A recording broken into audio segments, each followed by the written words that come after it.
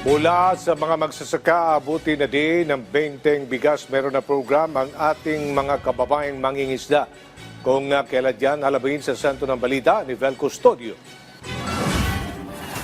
Pilit ay pinagkakasya ng mangingisdang si Richard ang kita niya sa 12 miyembro ng pamilya. Matumal kasi ang huli ng isda sa mga panahong ito, lalo na't off-fishing season sa Palawan. Ako kasi ma'am yung bumubuhay sa amin, tapos mga 20 kaya mo 12 ganun.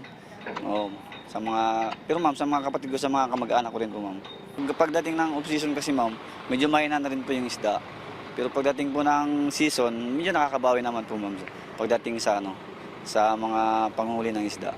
Sa ngayon kasi off-season na, medyo mahina na yung huli, mga ganitong buwan. Ikinatuwa ng mga mangingisda nang mabalitaang makakabili na ng 20 pesos kada kilong bigas sa ilalim ng programang 20 Bigas meron na simula sa August 29. Malaking tulong yan ma'am, kakatulog sa amin ma'am, mahirap kami. Mas maganda yon kung mayroong ganun para katutulong din sa araw-araw namin. Mula Palawan, ibinabagsak nila ang mga huli sa Navotas Fishport na isa sa mga pangunahing bagsakan ng isda sa Metro Manila. Kaya mas murang mabibili dito ang mga seafoods lalo na't kapag wholesale. Itong tanigi ay 330 pesos, yun lang siya mabibili dito sa Navotas Fishport. Pero syempre, kapag wholesale yung binili nyo, ay pwede kayong tumawad ng hanggang 20 pesos per kilo. Kapag sa palengke, mabibili nyo yan ng 400 hanggang 500 pesos.